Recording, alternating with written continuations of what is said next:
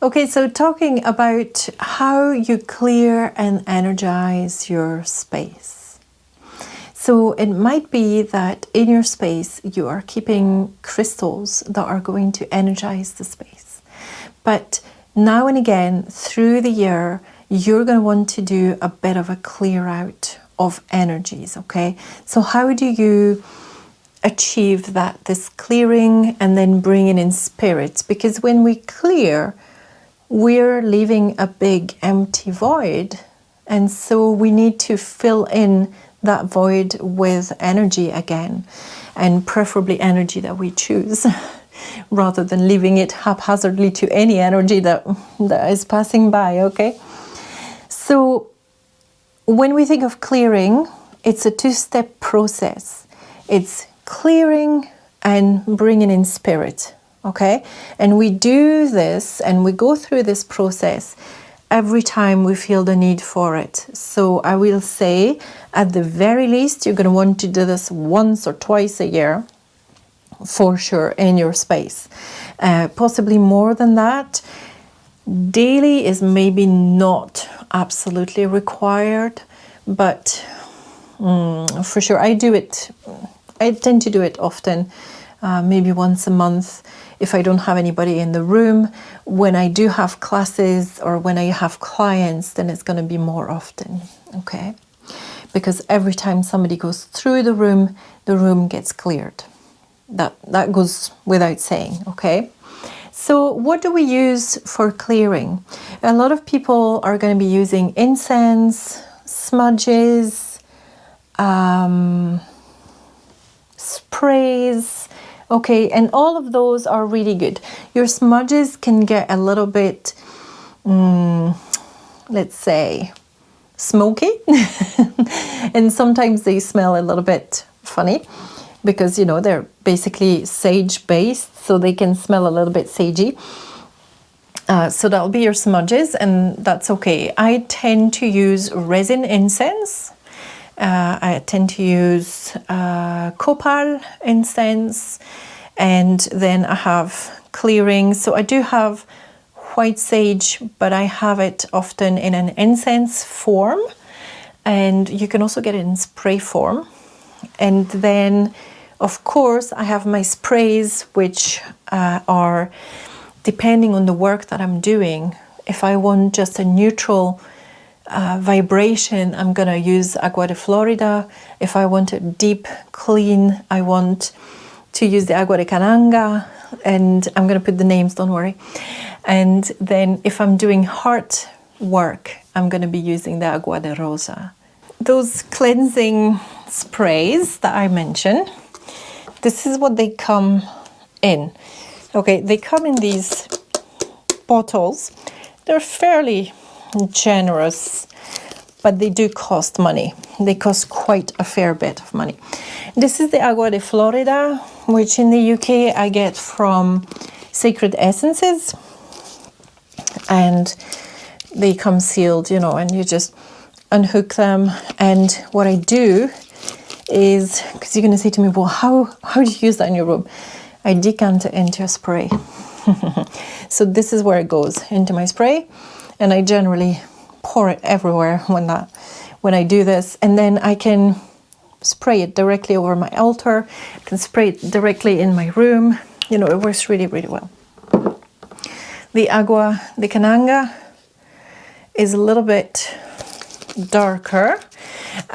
Of course, I'm opening them in the hope of giving you a sniff of them, but of course you can't sniff them. So this is the yang to the yin, okay? Masculine, feminine. And it smells quite different. I'm going to say more perfumey. This one is more citrus and cloves, but it's subtle. This one is not subtle. It's quite soapy, sandalwoody, quite perfumey, but I do like it. I like it a lot. I use it maybe less than the Agua de Florida. And then the Agua de Rosas comes like this. It's a purple liquid, okay? And again, that got decanted into a blue bottle. You know, it keeps them fresh being in those darker bottles because they don't get as much light degradation. So these stay in my blind cupboard, whereas these are out in the open in the room. Okay, so these are a good option.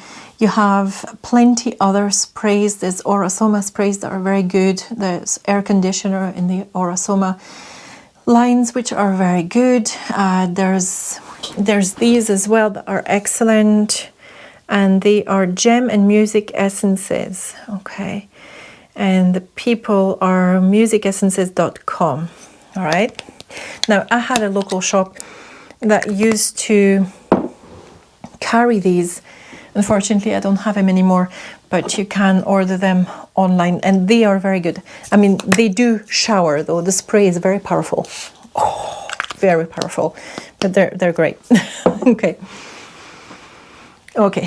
So on the incense, I have, what am I going to show you? I was going to show you my resin incense. So it's not new, and it's okay that some of the resin has gone to dust, because like I was explaining to a friend last week, the actual little bits are really good for dropping onto a coal for them to diffuse very quickly. Okay, and the other way that you might want to shake up energy in your room is by playing an instrument. And by instrument, I mean something like this. I hope I'm not deafening you. Okay, so these are very effective at breaking up energy, whether it be in a space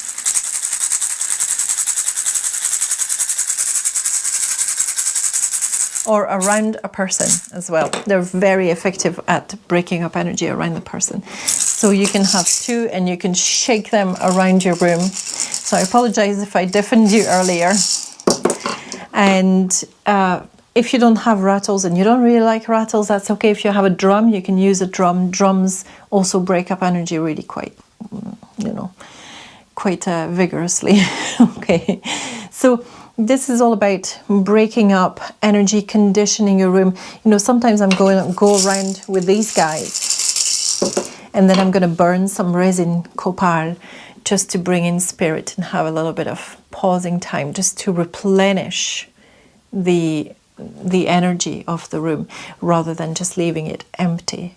Okay, because we don't really want to leave voids, and I find that very often you're going to be told to clear something, but you're not going to be told to replace the energy, so that then it's open to gleaning whatever is passing, basically. So we don't really want to go into that. It's much better if you've got a plan. Okay, I hope this is helpful. Thank you very much. Please like and subscribe, and I will see you soon.